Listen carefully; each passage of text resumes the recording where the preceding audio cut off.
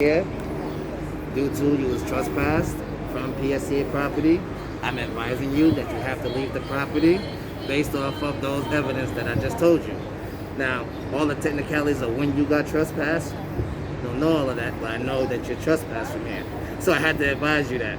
Now, when you see me earlier, I do need you to identify yourself. Please tell me your name. It's only professional.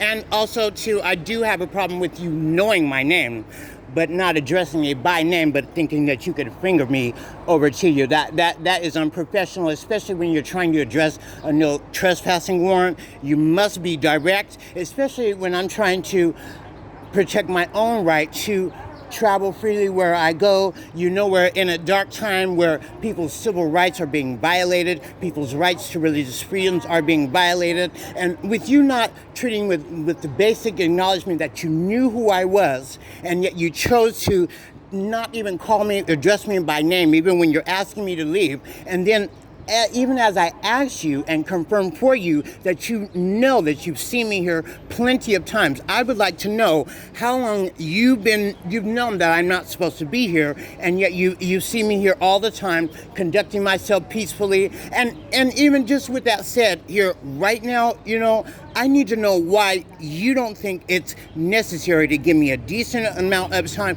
just to get to where I'm going. And even with that said, you know, I'm trying to address this issue on a deeper level. You thinking that you can just order me to leave and violate my right to travel freely? No, don't interrupt me.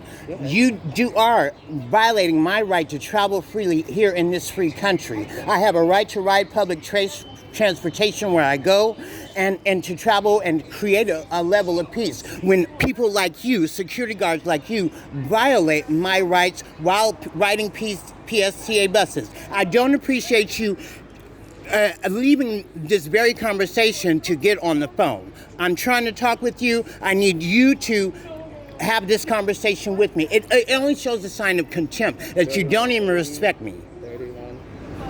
Excuse me 1 second. 31, please, for track.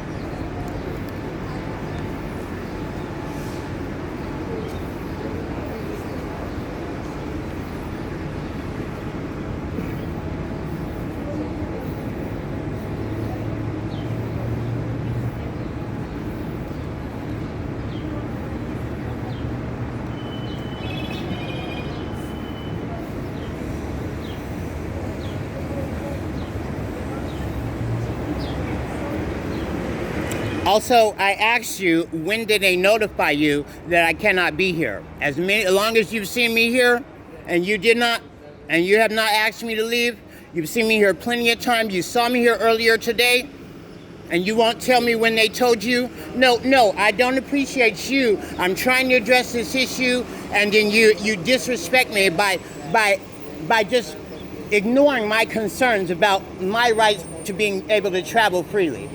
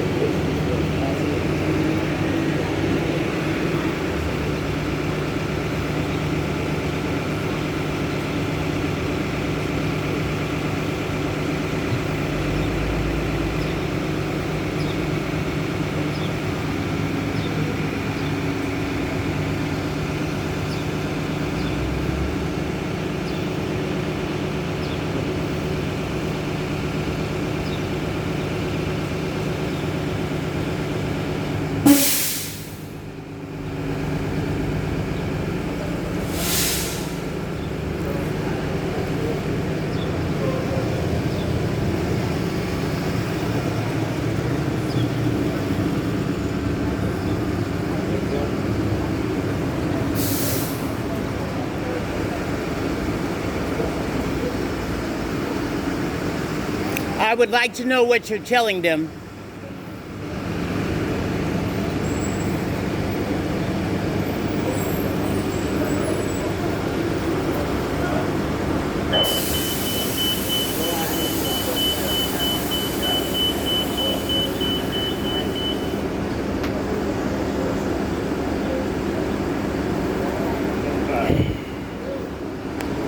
Oh.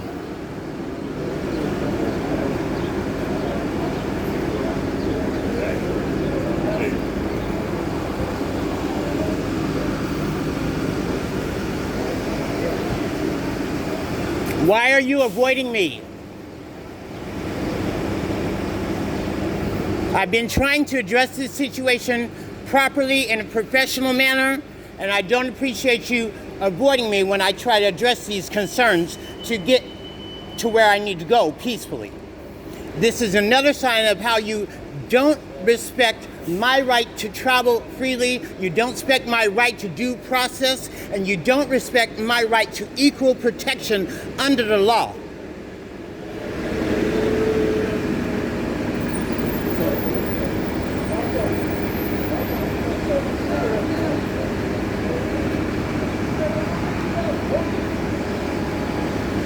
As long as I've been riding the bus, since the day that they violated my right to travel freely, why now? Why today? Why, after I get through worshiping, would you try to tell me that I cannot come here? Why now? As many times as you personally have seen me here at this location, why would you wait till now? That's why I asked, how long had you known that you don't think I should be here? I need you to tell me that. When were you notified that I shouldn't be here?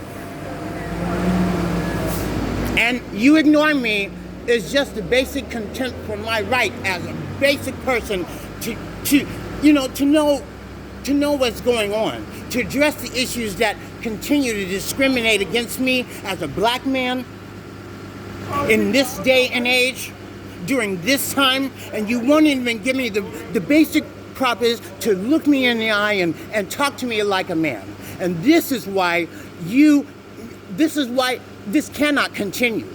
This is the things that create a culture of abuse, when you abuse people's right to travel freely, when you know I've only conducted myself in a peaceful manner, you not using your God-given conscience to know that I've conducted myself in a peaceful manner, but only the rules would tell you to violate me. There was a time in this great country, in this very region, when it was the law to discriminate against people like you and me. That was the law.